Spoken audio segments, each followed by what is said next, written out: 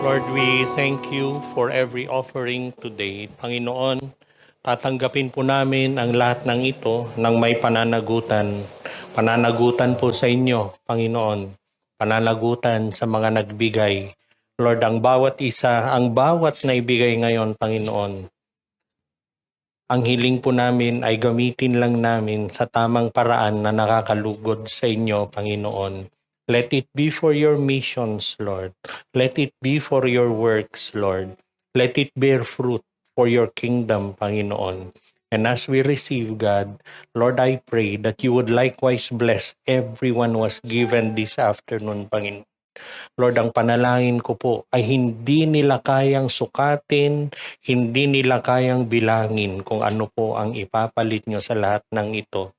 Bless their homes, bless their households, bless their resources, Lord. Let them always abound and let them likewise be a blessing always, Panginoon. Salamat, Panginoon. Salamat na binigyan niyo po kami. At ang lahat ng ito ay hinugot lang naman namin po mula sa inyong ibinigay. And with that, Lord, we pray that as we receive all of this, all glory, all thanksgiving would be returned to you. In Jesus' name. Amen. Amen and amen. Maaari na po tayong umupo. Magandang hapon po sa inyong lahat. Sana po ay hindi na bumabagyo para mas maganda ang hapon natin. Babad na po tayong lahat. Anyway, we go to our message. Kung maalala nyo po nung last week, I hope na-bless tayo sa message ni Pastor Ben sa atin. Amen? Na-bless po ba tayo?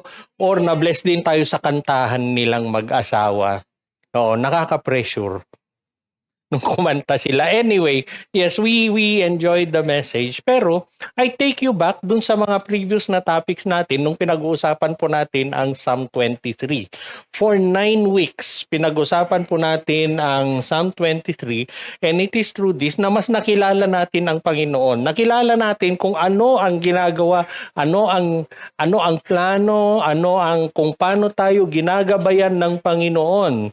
And nakita natin for every psalm, for every line na pinag-usapan po natin, yung kabaitan ng Panginoon para sa atin. And napakaganda po kung paano natin tinapos yung eternal goodness of God to us. That surely goodness and mercy will follow you all the rest of your life and I will dwell in the house of the Lord forever. Sabi po. So, na-enjoy po natin yung Psalm 23 and it is our hope na hindi lang natin nakilala ang Panginoon pero in the process of learning, every line dun sa Psalm ay lalo po nating minahal ang Panginoon. Today, magsisimula po tayo ng bagong series natin, Abide, Living Close to the Shepherd. Hindi po natin tatapusin yung Psalm 23 as one series and then we are moving on to the next. The purpose of Abide ay dahil nakilala, lalong nagpakilala sa atin ng Panginoon sa Psalm 23, it is also our response now. Paano po tayo tumugon dun sa natutunan natin? Kasi we learned who Jesus is, sino yung shepherd natin. And one way or another, it was a theology na pinag-aralan po natin when we talked about Psalm 23. Pero every theology that we learned should always result to doxology. Magiging papuri po sa Panginoon.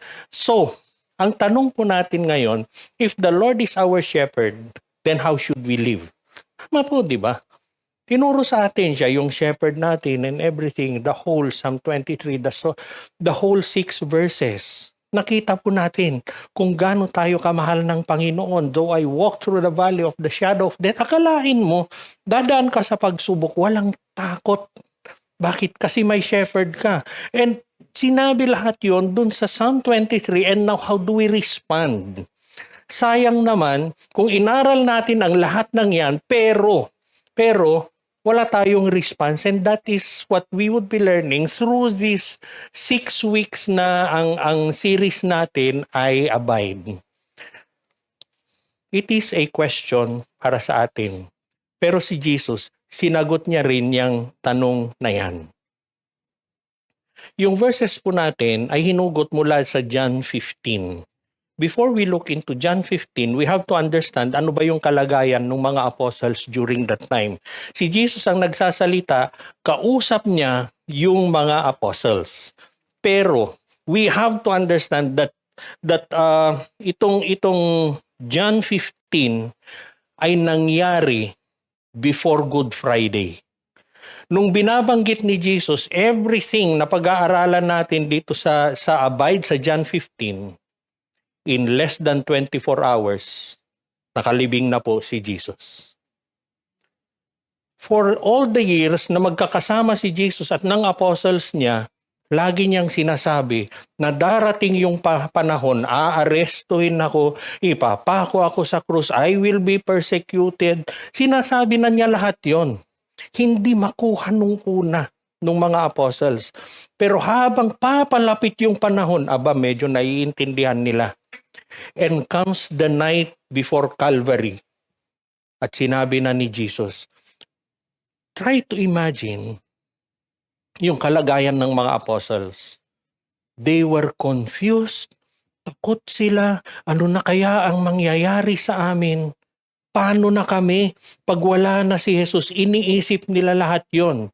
And maybe if we were in that situation, ang hahanapin natin ay isang manual na ibibigay ni Jesus that when I am gone, do this.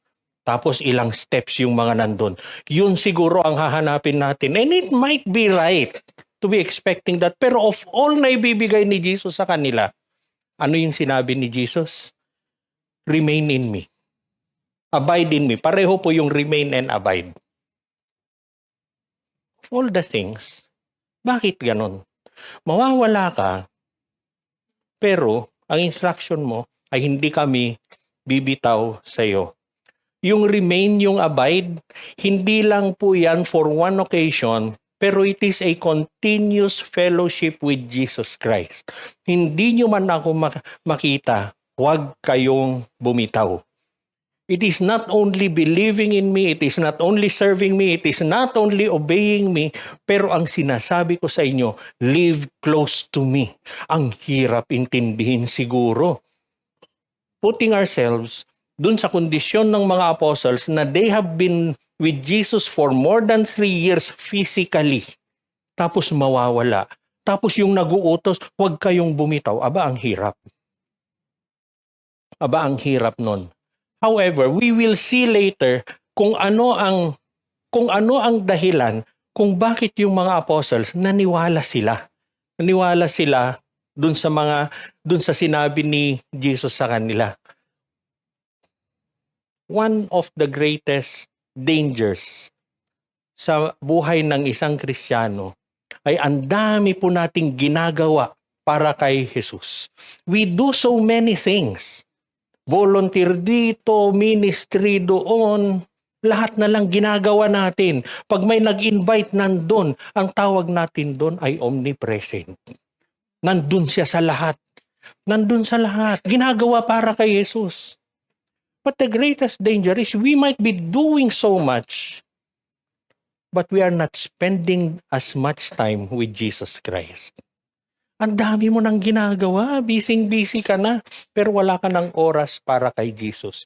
Kung minsan tatanungin pa nga natin, bakit laging ganyan ang sinasagot para kay Jesus? Para kay Lord lahat to. Okay lang. Pero kasama mo ba si Lord sa ginagawa mo? Really, kasama mo ba siya? Dun sa ginagawa mo. Pwede tayong mag-attend dito sa church, very regular dito sa church. May prangkisa na nga yung upuan niya eh. Walang ibang uupo dyan. Pag may umupo, galit. Kawawa naman yung mga usher natin. Mga ganon. They serve in ministries, we pray for people, even people we don't know, we give in missions, we join in missions. Ginagawa po natin lahat yan. Pero kung hindi po tayo maingat kasi, yung supposed na relationship natin with Jesus Christ is being overshadowed by responsibilities for Jesus. Nangibabaw ang responsibility sa relationship. And this is what Jesus is wanting us to happen. Magkakasama tayo ng 3 taon mahigit. Hindi nyo man ako makita, do not break that relationship. And the same thing for us. Ang dami pong nangyayari sa buhay natin. Pero wag po nating, we will not break that relationship with Jesus Christ. And one thing na napakahalaga po dito, kung titignan po natin yung order ng pagkasulat sa John 15, bago po pinag-usapan ni Jesus ang bunga, pinag-usapan niya muna ang abide. Be with me. Tsaka na natin pag-usapan niya ang bunga. Kuminsan sobra tayong focus sa bunga. Pero are we with Jesus Christ? Bakit? Kasi ang alam ng Panginoon at alam na alam niya, because He is a relational God. Alam na alam niya na bago pa man pag-usapan ang bunga, ay you have to be with Him. You have to be with Him first. Remember, He is a relational God. Nauna yung relationship niya sa Panginoong Ama and the Holy Spirit before He even sacrificed Himself in Calvary. Nauna po palagi yon. And yung faith natin will always grow out of that relationship. Apart from me, sabi nga niya, you can do nothing. Pero with Him, we can share the glory that He has. Mahirap po yung nabubuhay tayo na we try to be independent of God. Hindi man po natin sadya, pero sana po ngayon, we will look back into our lives na, am I living independent of my Savior? Dumating na ba ako sa Panginoon na, dumating na ba ako sa panahon na hindi ko iniisip yung, parang hindi na mahalaga sa akin na marinig ko ang Panginoon. Parang kaya ko na. Parang kaya ko na lahat. Do we still surrender to His will? Or do we let Him surrender to our will? Lord, ito ang gusto kong mangyari. Ito yung plano ko. Lord, i-bless mo ha. Nasaan po kaya tayo doon?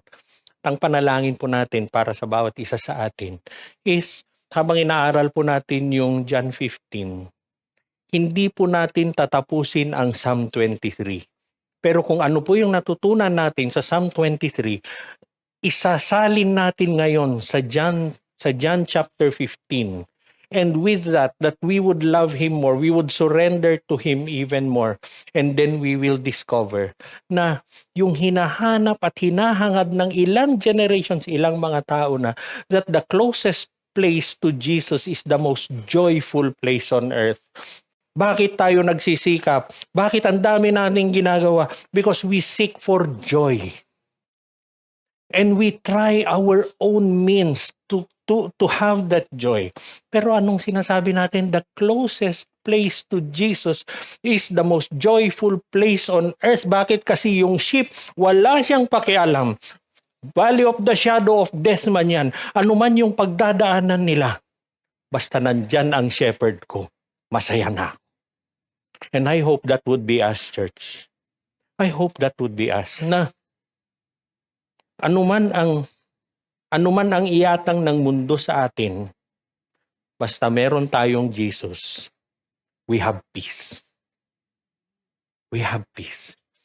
It is not about the answered prayers. It is not about the healing. It is not about the provision. But it is about the shepherd. Meron po tayong shepherd at sumusunod tayo sa Kanya. Sumusunod tayo sa shepherd natin. And yung series natin and yung topic natin this afternoon, wag po nating tanggapin na isang aral lamang. Neither is it an instruction from God, pero we accept it this afternoon as an invitation. Let it be an invitation from God. Una po sabi natin, remain in me. Bakit? Ang bawat relationship, it will only grow with sustained meeting. Hindi po mangyayari na magkita kayo nang minsan lang, wala ng communication, tapos lumalalim ang relationship. Hindi po mangyayari yon. Hindi po totoo yon. Yung for a marriage to grow, it cannot only look at the wedding day. Kasi after the wedding day, tuloy-tuloy na magkasama kayo, pero hindi po yung babalik ka wedding day, tapos yun lang yung magbibigay ng saya sa'yo. Wedding day is the benchmark. Wedding day, ito yung minimum actually. And then you grow from it. Even our friendships will grow through time.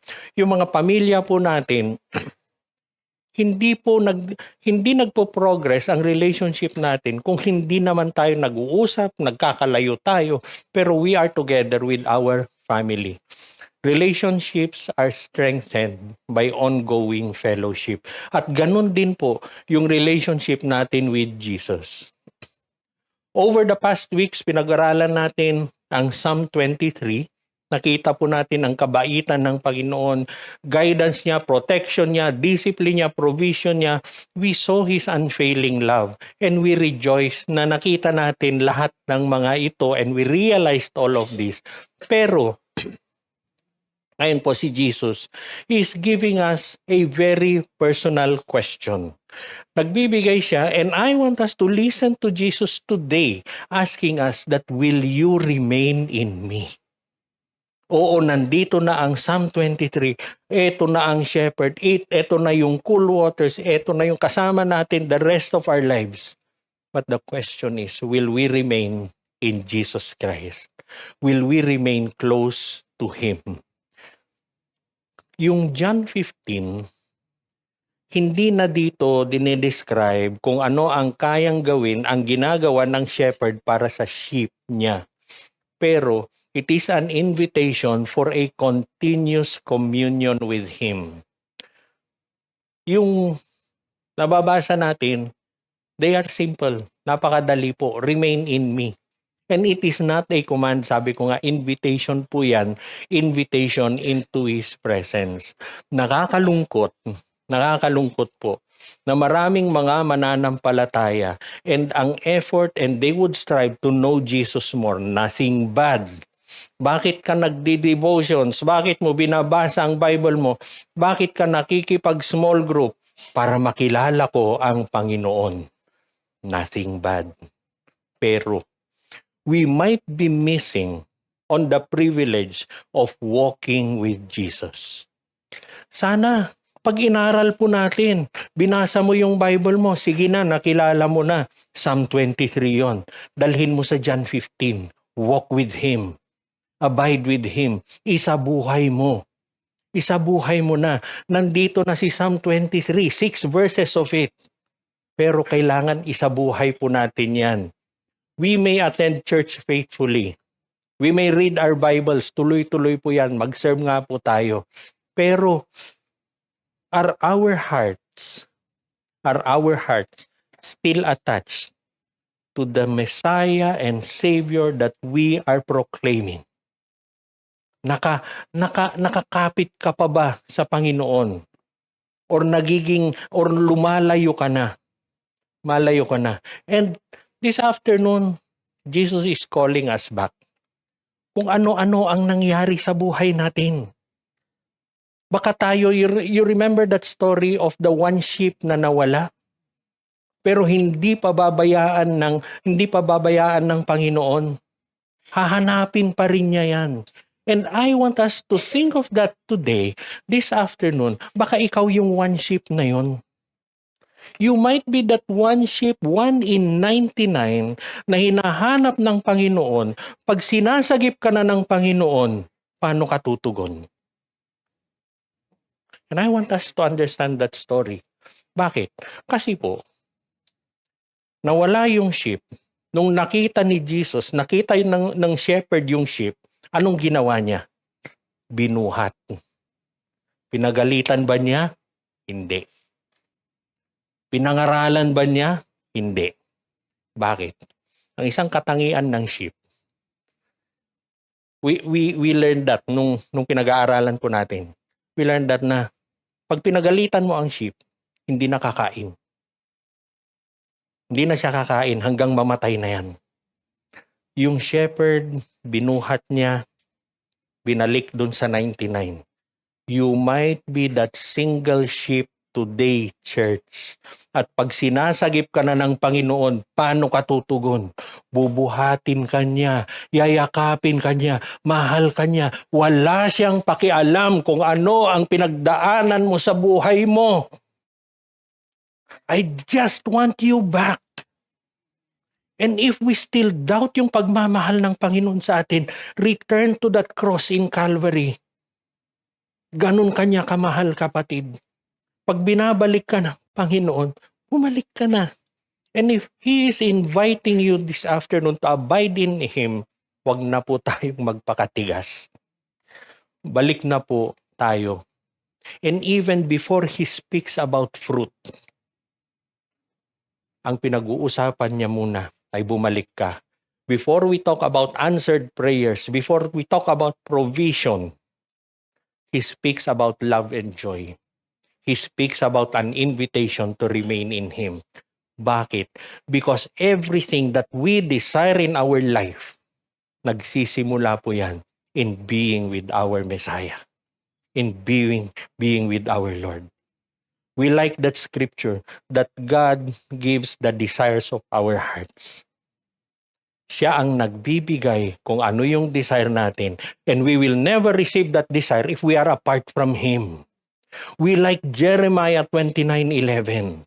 But that plan will never happen pag malayo ka sa Panginoon. Mangyayari lang yan pag nakakapit ka sa Panginoon. So, sa ating pag-aaral nung series natin and in our topic today, I want us to hear God's voice. Wag natin siyang tignan na isang teacher siguro na nagbibigay ng instruction sa atin. But I want us to hear the loving voice of our shepherd this afternoon, drawing us back. Ang layo-layo mo, tapos yung shepherd tawag sa'yo. Bumalik ka na, anak. Nakakaawa ka na. Nasaan ka na? I have all the good plans for you, but you have to be back.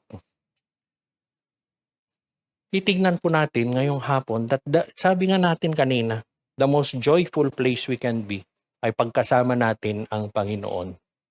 The vine is our only source of life. I am the true vine. Nagsimula ang John 15, ang first lines niya is, I am the true vine, and my Father is the gardener. Every branch in me that does not produce fruit, He removes. He prunes every branch that produces fruit so that it will produce more fruit. You are already clean because of the word I have spoken to you. Sinimulan niya na I am the true vine. We have to understand this first line very well. Bakit? Kasi, remember, Jesus was talking in Hebrew and or Aramaic during this time. Hindi po siya nagsasalita ng Greek. Anyway, nung sinabi niyang, I am the true vine, yung words na I am are the exact words na narinig ni Moses dun sa burning bush nung tinanong niya kung sino yung kausap niya. And those words are exclusive to God. Remember, litong-lito yung mga kausap ni Jesus. Remember, during this time, in less than 24 hours, nakalibing na si Jesus. And then He gives this statement, I am the true vine. Yung sinabi niyang I am yan is a declaration that He is God. Kaya nung narinig yung ng mga apostles yun, they were not listening to an ordinary human being, they were listening to God. And church, listen to God talking to you this afternoon. Kausap ka ng Diyos. I am the true vine, and that is His message for us this afternoon. Bago pa niya pinag-usapan ang fruit, nagpakilala siya. And when we talk about true vine, ito, yung buhay nyo, dito nyo huhugutin. Hindi nyo na ako makikita, pero mahuhugot nyo pa rin ang buhay nyo sa akin. You could still return to me, and each of us will hear that message this afternoon, ano man ang nangyayari sa buhay mo. God is the true vine. Mahuhugot mo pa rin yung buhay mo mula sa Kanya. And every branch will depend on the true vine. Ganun po tayo sa ating relationship sa Panginoon. We draw our life, our strength, our growth from God. We do not look at God as somebody only who improves our life. Yung mga prayer po natin somehow will improve our life. Pero He is the very source of life. He is the very source of life. Kaya nga sabi sa Proverbs, commit your plans unto me and I will surely grant you success. Bakit? Kasi they are drawn from Him. Hindi yung tayo ang magsasabi sa Kanya. Apart from Him, we can still exist. Physically exist. Apart from God, we can still do the things that we do, pero mauubos po ang resources natin. Mapapagod po tayo, mababurnout po tayo. Try doing missions na hindi mo kasama ang Panginoon. Try doing the ministries that we do na hindi kasama ang Panginoon. Ang hirap po niyan. Mauubos po tayo. Sinabi niya, I am the true vine. And that is very significant. Kasi, nagpakilala siya kaagad. Nagpakilala siya kung sino siya. And if we notice, it is only in the Gospel of John na gustong-gusto niyang gamitin yung word na I am, which are exclusive to God. I am the bread of life. I am the light of the world. I am the good shepherd. I am the resurrection and the life. I am the way, the truth, and the life. Sabi ng Panginoon. Dito, I am the true vine. Sabi niya. And each of those statements teaches us the same truth. Siya yung Panginoon. Jesus is not merely someone who gives what we need. He is what we need. Ang dami po tayong panalangin. Ang dami tayong hinihingi sa Panginoon. Hindi po masama yun. Pero pag nangibabaw ang pangangailangan dun sa pagiging Panginoon niya sa buhay natin, may problema. He is whom we need. Ang kailangan mo, ang kailangan po natin ay ang Panginoon. We draw everything, we draw our life from Him. Nakukuha po natin sa Kanya lahat yon. The vine supplies life to every branch. A branch has no life in itself. Dare we not live na hindi tayo nakakapit dun sa vine. Pag pinutol yan, patay lahat. At ganun po ang buhay natin. We cannot produce fruit, lasting fruit, eternal fruit, out of determination. Hindi po uubra ng matagalan ang positive thinking. Hindi po uubra ng matagalan ang extreme focus. Diyan ka lang mag-focus, mangyayari sa buhay mo yan, excuse me. Magaling ka pa sa Panginoon. Hindi po mangyayari yung name it and claim it sa buhay po natin. We can never survive by self-effort. Kaya. Pero sandali lang yan. Jesus is saying something much deeper. Kailangan mo ako. You need me, you need my help. Yung branch, hindi lang assistance ang tinatanggap niya mula doon sa vine. Sometimes we look at Jesus, we look at God as a source of assistance. Hanggat kaya ko, gagawin ko. Pagtagilid na, Lord, nasan ka? Huwag pong ganon. Huwag po tayong ganon. The life is that flows from the vine, flows through us as well. Nagsimula sa vine, pumunta sa branch, nagkaroon ng bunga. Hindi po ito ang focus natin. Nakakita na ba kayo ng puno o halaman na hirap lumabas yung bunga? Nakakita na ba tayo na nagsisiksikan siya na parang ang hirap lumabas ang bunga? Hindi po nangyayari yun. Why? Because fruit is always an excess of life. Sobra-sobra yung nakukuha niya mula sa vine. Kaya siya nagkakaroon ng bunga. Hindi pinilit. Hindi po Pinilit yan. Jesus did not save us merely so we could receive things from Him. He saved us so we could live in union with Him. And I will dwell in the house of the Lord forever. Sabi dun sa dulo ng Psalm 23, pero before that, surely goodness and mercy will follow me all the days of my life. Why? Because we are abiding in Him. We are dwelling in the house of the Lord forever, and that can happen even also in this life that we have now. Paano ka nabubuhay? Paano ka nabubuhay? Hindi ito, wag po nating tignan si Jesus, ang ating shepherd na ang layo-layo niya, tapos paminsan-minsan nagbibigay ng blessing.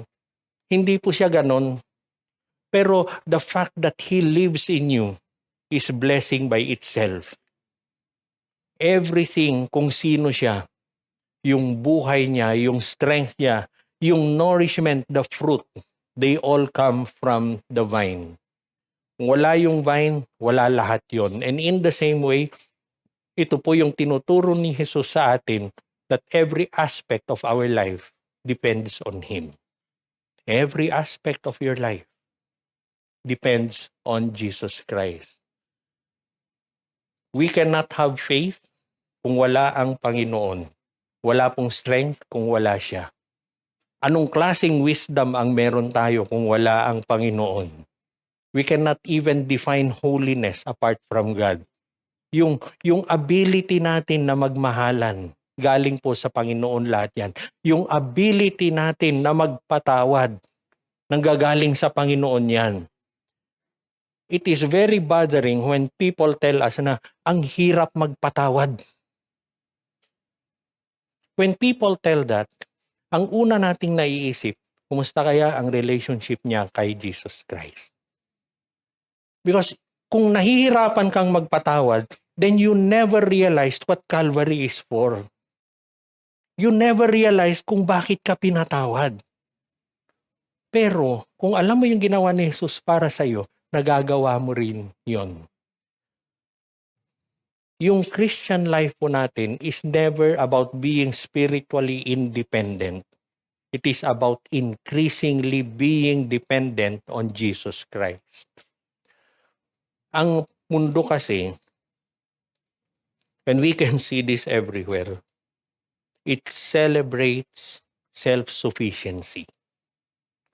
Pag kaya mo na mag-isa mo, pinapalakpakan ka ng mundo. Hinahangaan ka. Pero ang sinasabi ng Panginoon, it is radically different from the world. Sinasabi ng Panginoon, the strongest Christian is not the one who does not need Jesus. The strongest Christian is the one who depends so much on Jesus Christ.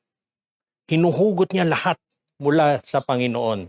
Kuhang-kuha ni Apostle Paul yan nung sinabi niyang, I have been crucified with Christ and I no longer live but Christ lives in me. Namatay si Jesus, I died with Him. And the life that I now live, I live by faith in the Son of God na namatay para sa akin. Yung buhay po natin, our life is a life that lives because Jesus is within us.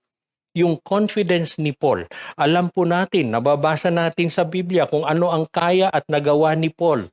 2/3 of the New Testament, sinulat niya lahat yan. We see what he has done. And yung confidence niya was never in himself. We read it through the lines of every book na sinulat ni Paul. Hindi nanggaling sa kanya yung confidence niya, and looking at who he was before that. He was a person na hindi niya kailangan ang Panginoon. In fact, he persecuted Christians. Pero nung nakakilala siya sa Panginoon, yung dependence niya ay hindi na dun sa talino niya, hindi na dun sa mga connections niya, ay ang sa kanya ay sa Panginoon na lang. The greatest danger sa buhay po natin, it might not be weakness. We define our weakness. We can tell kung ano ang weakness natin. Pero ang greatest danger sa buhay natin ay yung illusion that we are strong enough to live without Jesus Christ.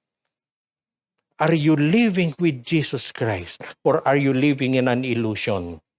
Siguro hindi ito direct statement na sinasabi natin.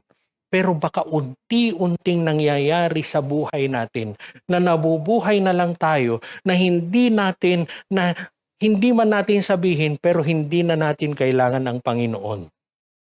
Nabubuhay ba tayo ayon sa sarili nating kakayanan? Nabubuhay ba tayo ayon sa sarili nating talino? The moment that we rely on our own wisdom or our own strength or our own abilities, ito po yung unti-unti na tayong bumibitaw dun sa vine. And we know very well na yung branch pag bumitaw sa vine, unti-unting natutuyo na. But Jesus is telling us that your life is only and only found in me. It is eternal in me. Kaya nga I am, sabi niya eh. Kaya nga kuhang-kuhan ng mga apostles nung sinabi niya, I am the true vine. We want eternal life, it is only from the eternal God. Gusto nating panandalian, hugutin mo sa mundo. Pero wag po tayong ganon. Saan po nanggagaling ang resources natin ngayon? Saan nanggagaling ang buhay natin ngayon? Are you drawing your identity from your career? Pag tinanong nila kung sino ka, ano ang una mong sasabihin? Ano yung unang pumapasok sa isip mo? Where are you drawing your identity? Doon sa career mo, sa pamilya mo, connections mo, sa ministry mo, doon sa mga pag-aari mo, doon sa posisyon mo, doon sa title mo, saan nanggagaling ang lahat ng yan? Kasi, even the good gifts that we have, they can replace the one who gave the gift. And we have to be careful about that. And only Jesus can sustain the life na nanggaling din naman sa Kanya. The world will never be able to sustain life na hindi mo naman talaga hinugot sa mundo. Ginawa mo lang yon, gawa-gawa lang po yon. So why don't we come to Him every day? Why don't we depend on Him for every decision na gagawin po natin? Why don't we draw our strength from His Word? Na hindi na ito yung babasahin ko yung Bible ko para makilala ko si Jesus. Babasahin ko yung Bible ko dahil dito kinakausap ako ng Panginoon. And then I can draw my strength from Him. And then I can draw my encouragement from Him. You are no longer reading words, but you are hearing the words of your God when you read your Bible. Why don't we seek His presence every day? Why don't we walk with Him with humble faith? Yung healthiest branch, church, is never the busiest branch. Hindi po. Try to imagine yung vine na picture natin kanina. The healthiest is not the busiest one. The healthiest ay yung kapit na kapit sa vine. Bumagyo man, ano man ang mangyari, mag-uulan man ng 3 linggo, pero namumunga pa rin. Namumunga pa rin yan. Hudson Taylor got it so right. The branch of the vine does not worry and toil and rush here to seek for sunshine. It simply abides in the vine and leaves the rest to the vine. Lord, mangyari na ang mangyari. Pero hinding-hindi ako bibitaw sa iyo. Hinding-hindi ako matatakot. Hinding-hindi ako mayayanig ng lahat ng yan. Yes, fear might come. Fear might come. Kasi kung humangin naman ng malakas, ay nauugarin naman. Pero hindi bumibitaw. Mga kapatid, bibitaw ka ba sa Panginoon? Bibitaw ka ba sa Panginoon? Yung shepherd natin, ayaw niya na yung sheep ay mabubuhay from borrowed strength.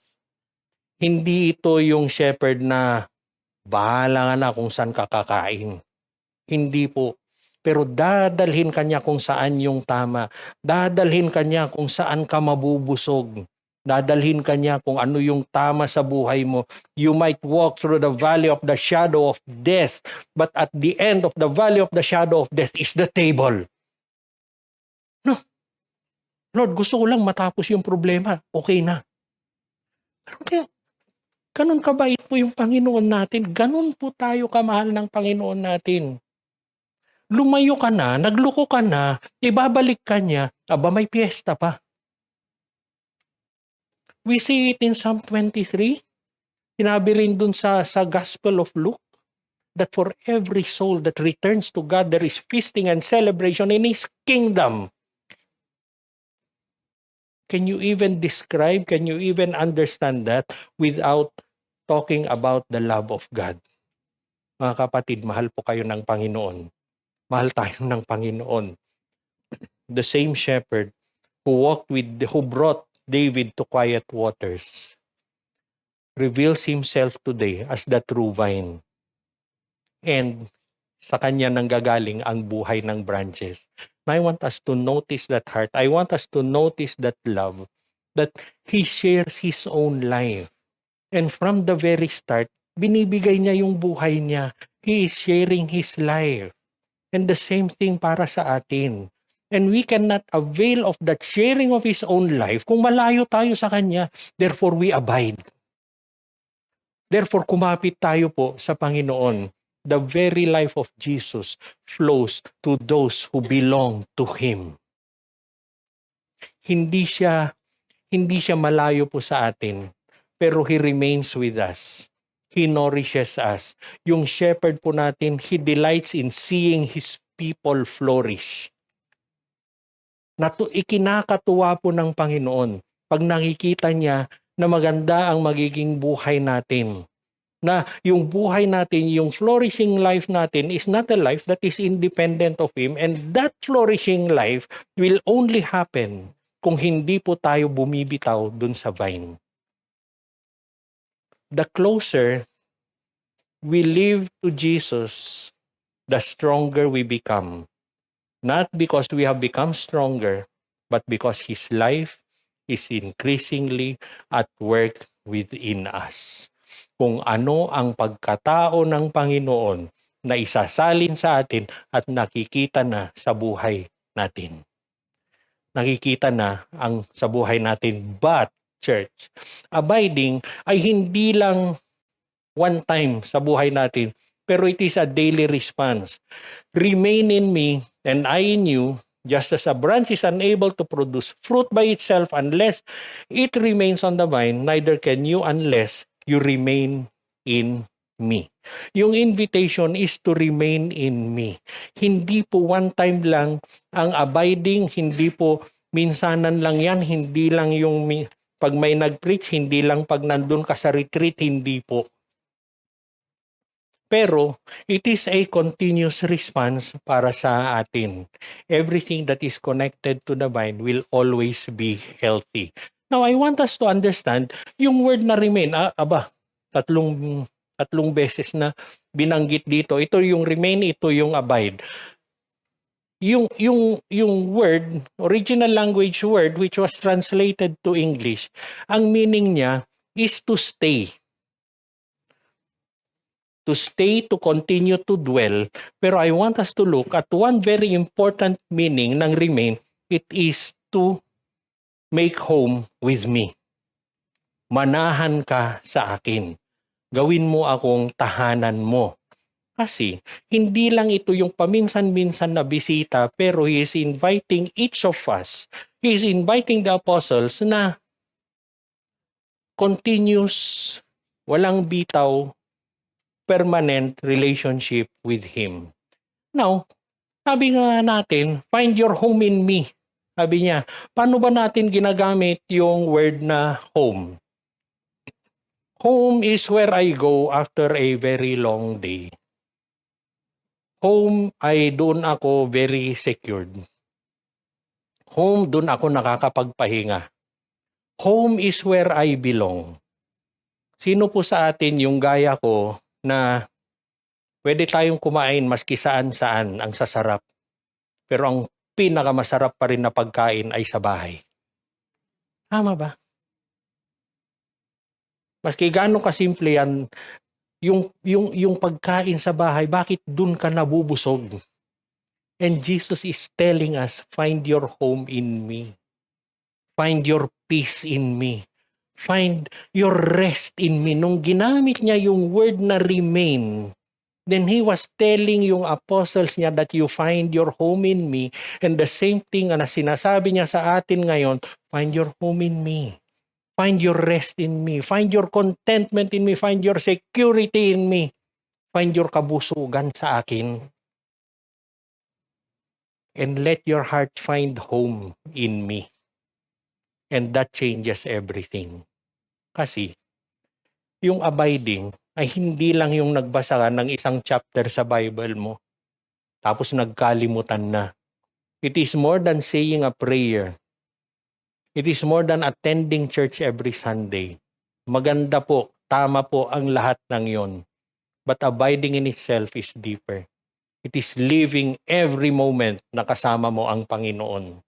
It is living every decision na involved ang Panginoon.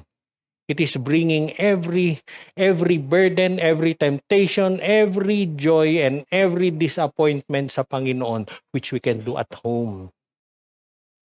It is learning to ask throughout the day, Lord, ano ba ang nakakalugod para sa iyo sa bawat gagawin natin? Lord, ano man tong gagawin ko, hindi ko makakayanan ng lahat ng ito kung wala ka. We always need God. Yun po ang abiding. And hindi po sinasabi ni Jesus na dalaw-dalawin mo naman ako paminsan-minsan. Pero ang sinasabi niya, you remain in me. Minsan iniisip kasi natin, pag nababasa natin yan, we go back to our spiritual disciplines. Maybe I need to read more.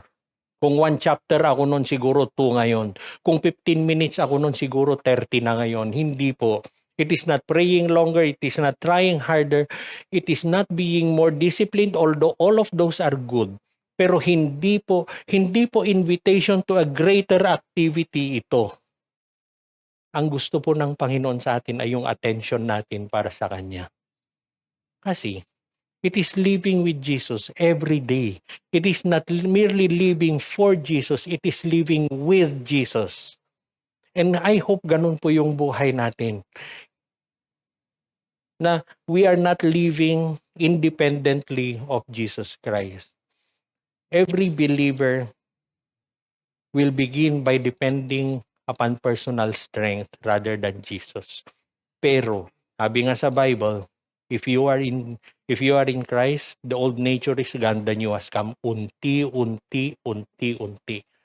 Nagiging buo siya sa buhay natin. It is a continual dependence on Jesus Christ. And hindi na po ito yung buhay na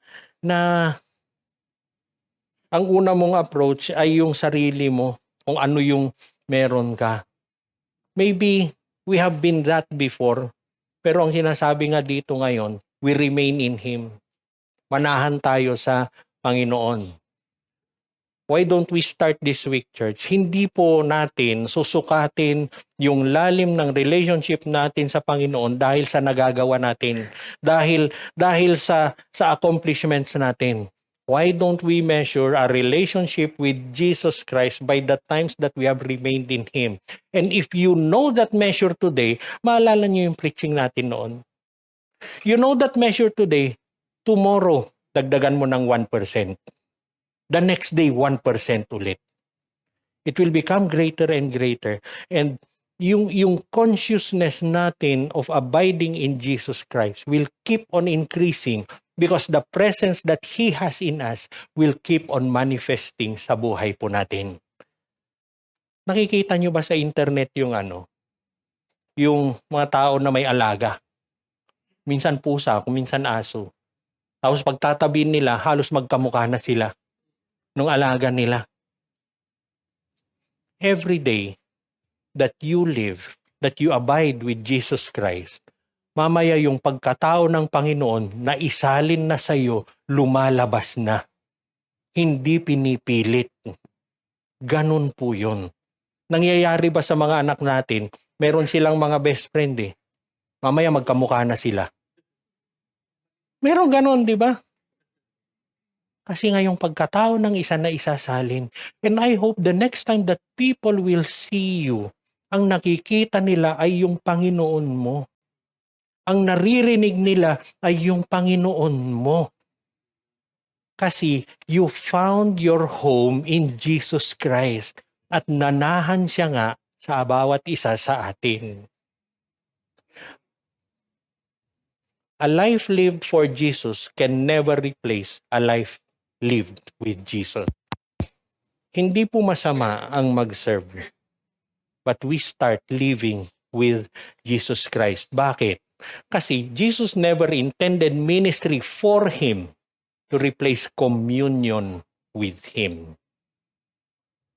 Nauuna po yung communion ng Panginoon sa atin.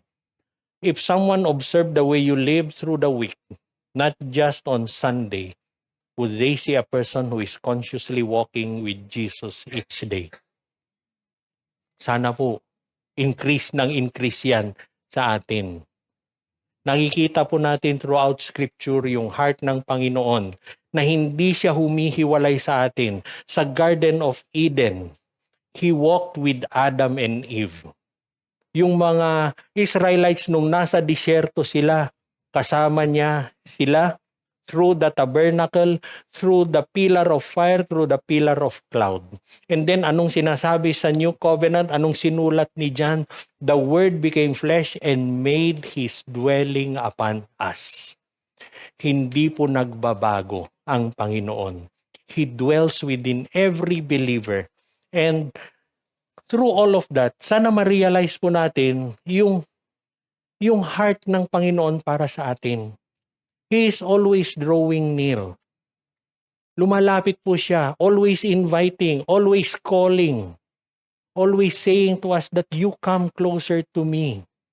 Hindi po yung invitation to abide, hindi po nagsisimula na desire natin yon.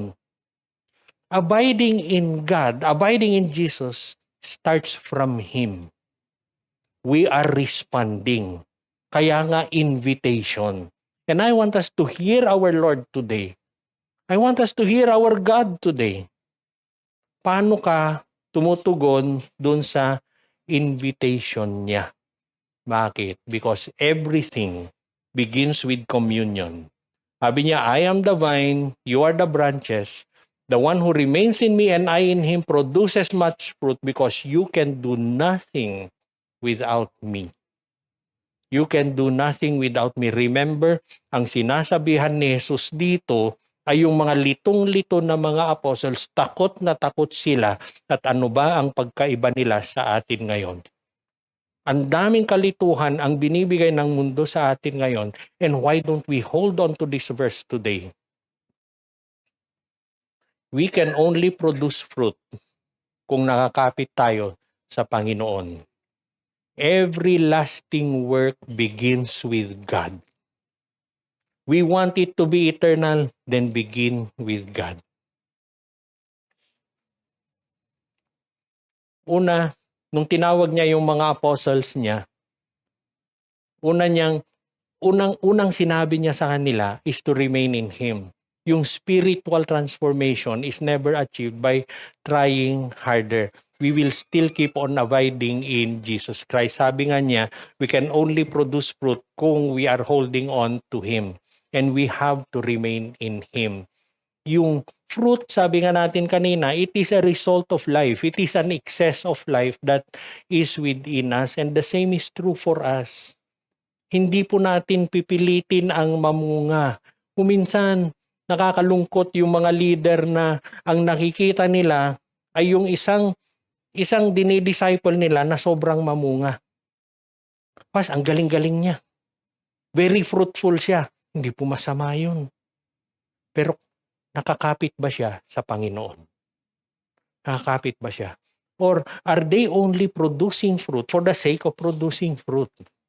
Kaya dito po natin makikita, merong fruit, merong bunga na hindi nagtatagal.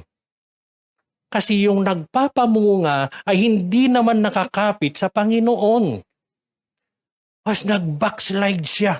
Dinisciple ko pa ng pagkatagal. Ikaw ang tatanungin ko, nakakapit ka ba sa Panginoon mo? Huwag mo siyang sisihin. Start from yourself. We strive to become more loving and more faithful and more courageous. Pero ito lahat, yung mga qualities na ito ay nanggagaling lang naman with communion with God. So, instead of saying na focus on the fruit, ang sinasabi ng Panginoon sa atin is we stay with Him. And yung pagkatao niya, pag-uugali niya ay nasasalin po sa atin. That is why, nung tinawag ni Jesus yung first apostles niya, there is something very important na sinabi niya sa kanila. Meron akong ipapakitang verse sa inyo, meron akong tinakpan. Huwag niyong tignan muna sa Bible niyo para ma-explain natin. Mark 3:14. He appointed the 12, whom He also named apostles, to send them out and to preach. Alam niyo, ito palang okay na to eh. Okay na, di ba? Tumawag siya ng apostles niya, and then, sige, mag-preach kayo, Great Commission. Gawin niyo lahat yan. Pero, ano ang nauna to send them out to preach? To be with Him. To abide in Him. Manahan kayo sa akin. Yun muna. Before you go to the mission field, be with Him. And before we do the things that we do, we have to be with Him. Kaya nga yung Great Commission, paano sinimulan ni Jesus? All power in heaven and on earth is given unto me, therefore go. In-establish niya muna. And dito, to be with Him is to be established in the Lord first. Dare we not do the things we do kung wala naman tayo sa Panginoon. Otherwise, pinilit ang bunga mo, kapatid. Mas na-focus ka, mas mahalaga yung bunga sa'yo kaysa yung Panginoon. Abide with Him. Ministry will always follow communion.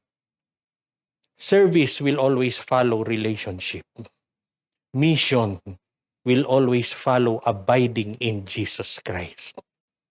And there we understand, church. Pag ito kinabit natin sa Psalm 23 verse 4, yea, though I walk through the valley of the shadow of death, wala akong pakialam kung ano man yung challenge na yan. Why? Because I am established in you, then I will go. Then I will go. It is not an issue of being dangerous. It is not an issue of being safe dun sa mission field. It is an issue of God telling you to go. Why? Because you have remained with Him before you even went.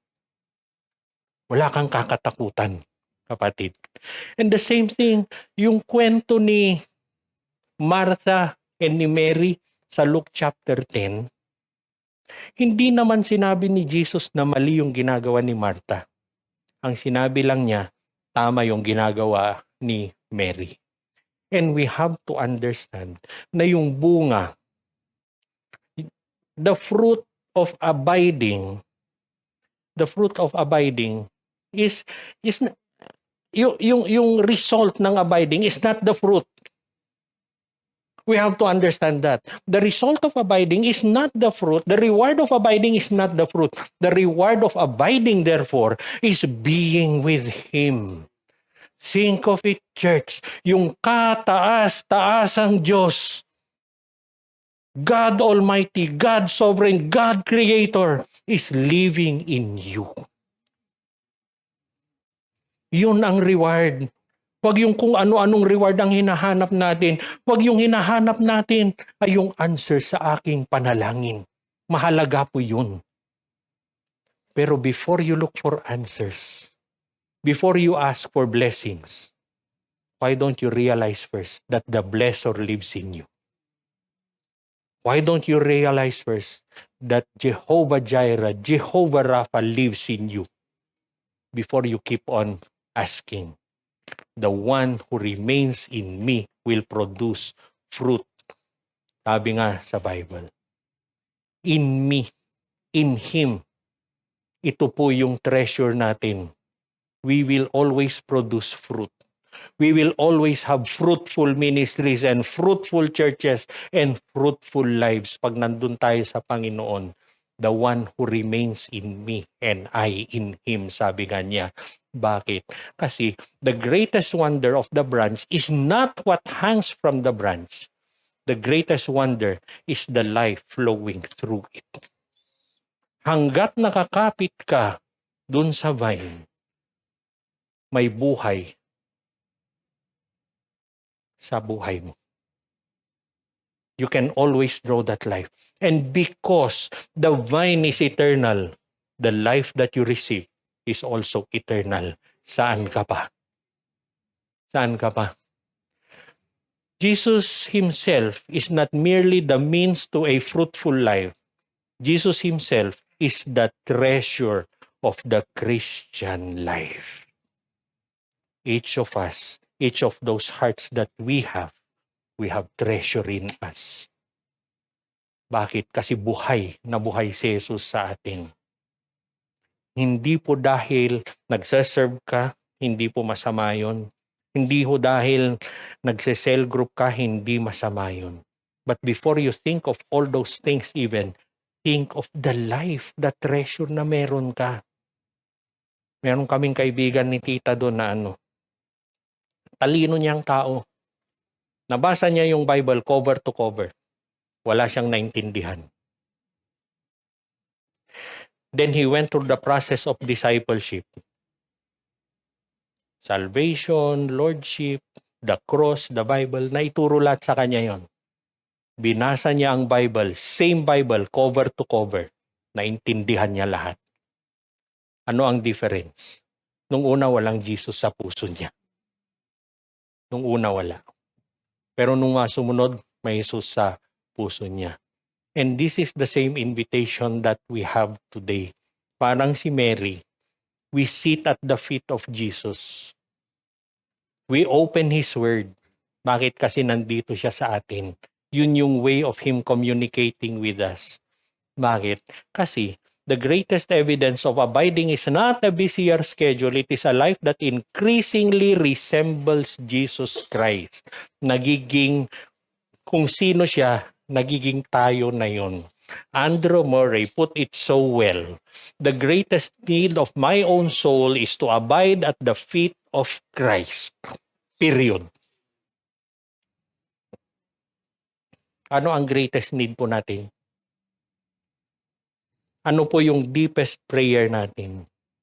We have so much to pray for.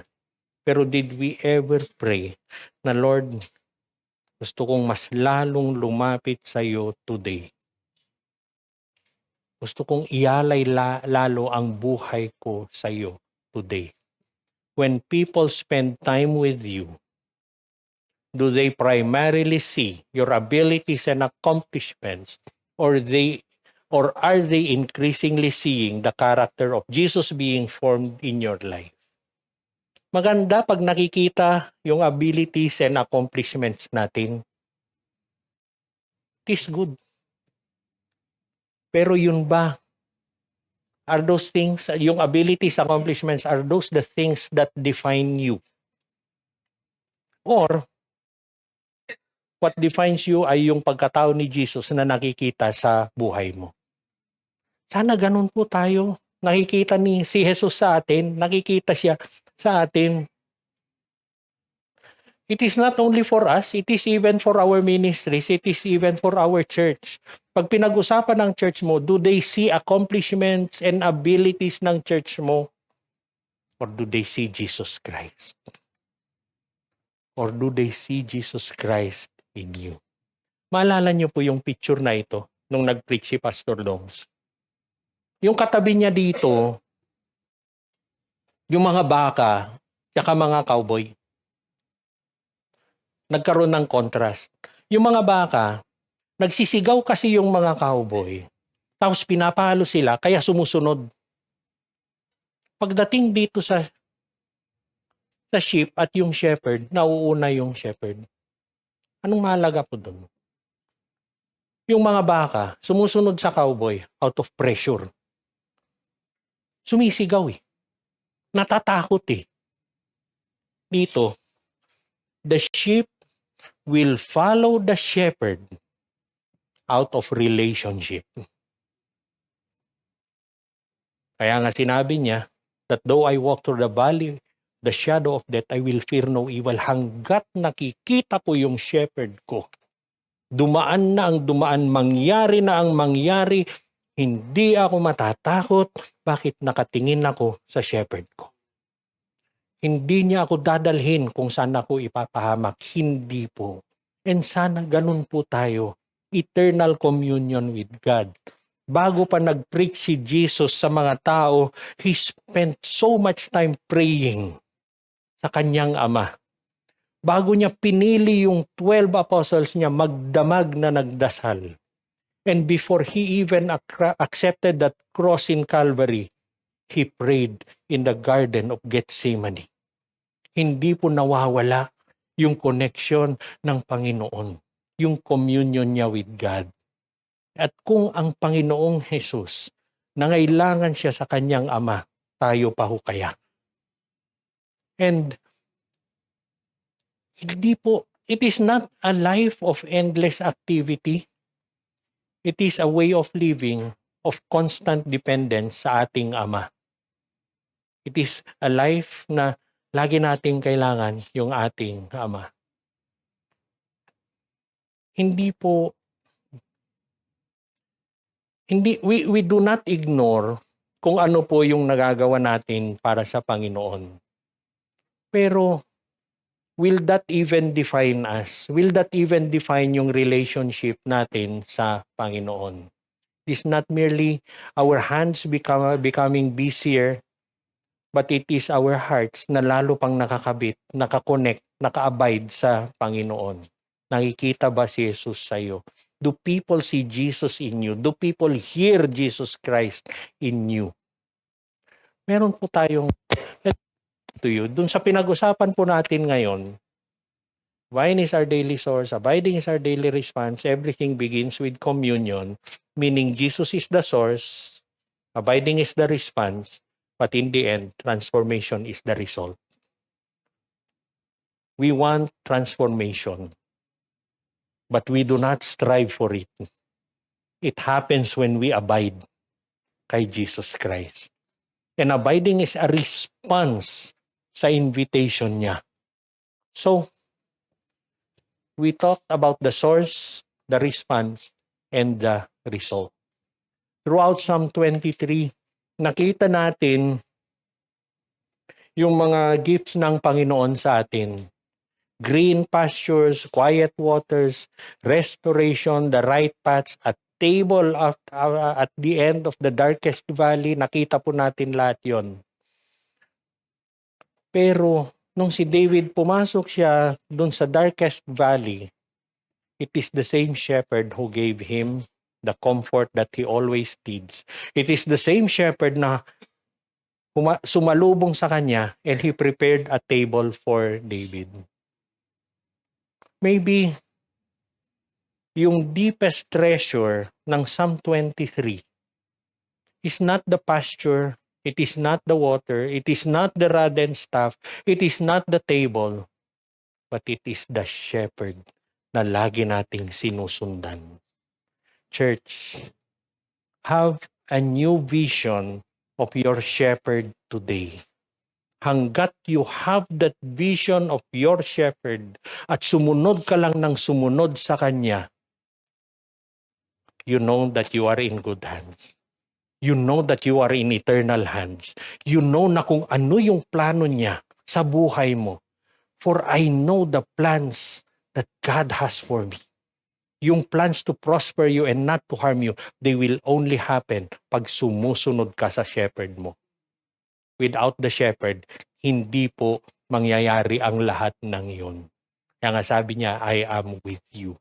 Nakikita ba natin yung shepherd natin? I will stay with you. Find your home in me. Manahan ka sa akin. Marami po yung tuwan-tuwa sila, biyahe ng biyahe kung saan-saan sa mundo. Pero yung security and joy and peace nila, nasa bahay pa rin. We go back to our shepherd. And I hope today ganun po yung mangyayari sa atin. And suddenly, yung pinag-uusapan natin na abiding, hindi na po siya self-discipline. Pero it is the ultimate joy of our hearts. Bakit? Kasi ultimately, He went to the cross so He could always be with His sheep. And we can always be with Him. Amen. Amen.